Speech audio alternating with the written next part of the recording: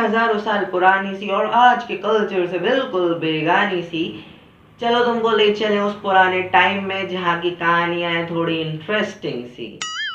Time नहीं बनी ना, चलो पॉडकास्ट पे जाते हैं। तो स्टोरी स्टार्ट होती है आज से कुछ सैकड़ों या मिनिमम 1-2 हजार साल पुरानी, जब इंडिया में इंडियन रूलर्स ही राज करते थे और इन्वेडर्स का राज नहीं था। इंडिया की जीडीपी थी पिक पर। इंडिया की जीडीपी दुनिया की पीक पे थी, यानी दुनिया की जितनी सिविलाइजेशन थी इंडिया की जीडीपी के आमने सामने कुछ नहीं थी। तो उसका राज क्या था उस टाइम का? उस चीज का राज था हमारे देश की एजुकेशन सिस्टम और ज्ञान, नॉलेज, एंड जो भी था सब नॉलेज से ही था। सो उस टाइम की एजुकेशन आज की एजुकेशन से बिल्कुल अलग थी। कैसे? उस टाइम पर गुरुकुल होते थे, आश्रम होते थे और बच्चों को जिनको पढ़ाई करनी होती थी वो अपना घर छोड़कर कुछ सालों तक आश्रम में रहते थे। जैसे आजकल लोग हॉस्टल में डाल देते हैं बच्चों को, जबकि उल्टा असर होता है। बट ठीक, तो आपने अगर कहीं पर सुना हो कि ऐसा कहते हैं जिस गांव में मंदिर नहीं होता वो गांव सभ्य नहीं होता, और somewhat like this. So what does it mean? क्या इसका रिलेशन भगवान से है? भगवान से है, एंड उसका रिलेशन साथ ही साथ ज्ञान से भी है।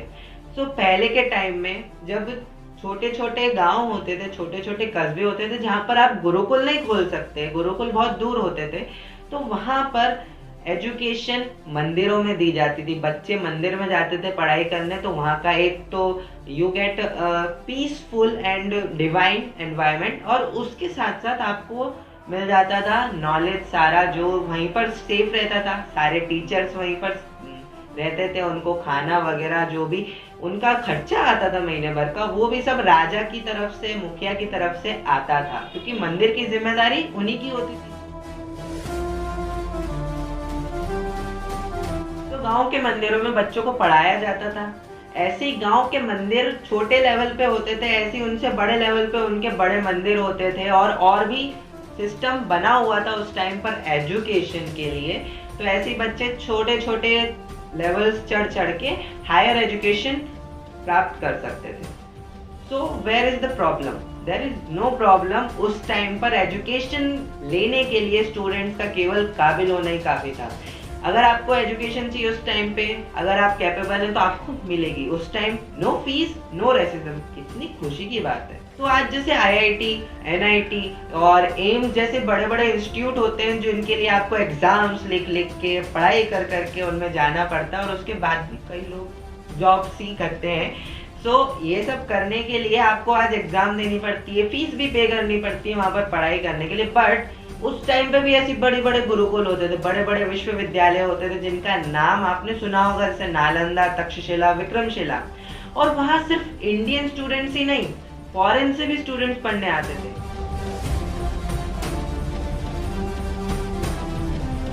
और जैसे आज आप जेईई की एग्जाम देते हैं ना आईआईटी में जाने के लिए, जब भी टेस्ट होते थे वो टेस्ट होते थे उस गुरुकुल के गेट पे। वहां पर ही कुछ टीचर्स बैठ जाते थे और जो स्टूडेंट्स आते थे उनसे सवाल पूछते थे, और अगर वो स्टूडेंट जवाब सही देता था और वो टेस्ट पास कर लेता था तो उसको डायरेक्ट एंट्री मिल जाती थी। तो यहाँ पर इंडियन स्टूडेंट्स के साथ साथ फॉरेन स्टूडेंट्स भी आते थे। जैसे आपने हियन और टीसेंग, अबे जल्दी बोल, कल सुबह पनवेल निकलना है। ह्यूएन टीसेंग का नाम तो आपने सुना ही होगा, प्रोनाउंसिएशन देख लेना। एंड अगर आप बात करें इंडियन स्कॉलर्स की तो आर्यभट्ट, चाणक्य और हमारे वराहमिहिर एंड ऐसे बहुत सारे साइंटिस्ट, मैथमेटिशियन सब इन्हीं गुरुकुलों से पढ़े हुए हैं। इन सबके इंटेलेक्ट लेवल हम इनके कामों पर रिसर्च करके पता कर सकते हैं कि उस टाइम पर हमारे देश में एजुकेशन का लेवल क्या था। और अगर कोई स्टूडेंट चाहे तो बाद में उसी गुरुकुल में शिक्षक बनकर दूसरे बच्चों को पढ़ा भी सकता है। तो इंटरेस्टिंग ना? तो वेयर इज द प्रॉब्लम? तो जैसे कि तुम लोगों को पता है, अगर कहीं पर हीरा चमकता है तो चोरों की आंखों में रोशनी तो आती ही है, चमक ही पड़ती है ना। अब तो ऐसे ही इंडिया में जब इन्वेडर्स की नजर पड़ी, पहले तो राजा आए, शासन बदले, इंडिया बहुत टूटा, बहुत बार एकजुट हुआ, फिर टूटा, फिर एकजुट हुआ, एंड फिर टूटा, एंड फाइनली जब इन्वेडर्स की नजर इंडिया पर पड़ी यानी इंडिया पर पहले से थी, now they got a chance. तो जैसे ही उनने हमला करना शुरू किया, but they got to realize कि हमारी स्ट्रेंथ, हमारी प्राइड, हमारी नॉलेज दोनों चीज़ों में है। सो उन्होंने दोनों को डिस्ट्रक्ट करना शुरू करा। इसी चक्कर में बख्तियार खिलजी महाराज ने, महान बख्तियार खिलजी महाराज ने हमारे देश की 22 से ज़्यादा यूनिवर्सिटीज़ जलाकर खाक कर दी। उनकी सारी बुक्स, वहाँ पर जितने टीचर्स थे, सबको मार दिया।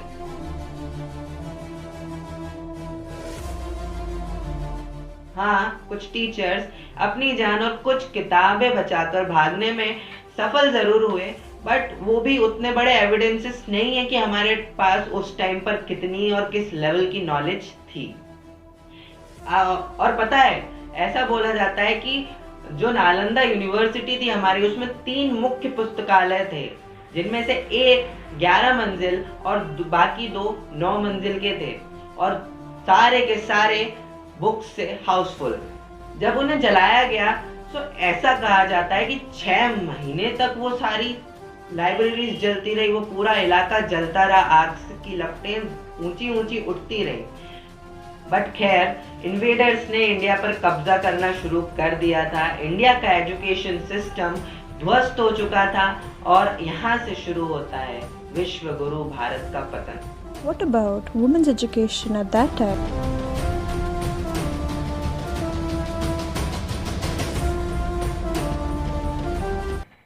So this is our first official podcast।